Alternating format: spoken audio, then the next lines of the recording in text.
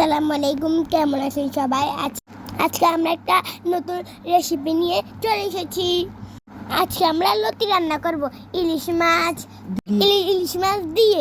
তার এই দেখেন, আমরা এখন ইলিশ মাছকে কুটে নিলাম, বাবা ভালো করে ধুয়ে নিলাম, তার সব কিছু দিয়ে ম্যারিনেট করব। আমার বাবা, আপনি দেখছেন আমার ভাবি একটা একটা করে সব কিছু দিচ্ছে। লবণ, হলুদ, মরিচ, তারপরে রসুন। আমরা এই যে আমরা এখন মাছ দিয়ে নিলাম, আমরা এখন মেখে নিব। এটা খেতে না অনেক মজা। এটা মেখে নিয়ে এখন চুলায় বসাবে। সবাই লাইক সাবস্ক্রাইব করে দিবেন, তার সাথে কমেন্টও করে দিবেন।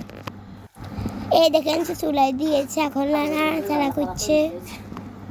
এখন এটা রান্না হইতে আছে, আপনারা তার ভিতরে আমাদের ভিডিওতে দেখেন, তার সাথে লাইক করে দিবেন, সাবস্ক্রাইব করে দিবেন।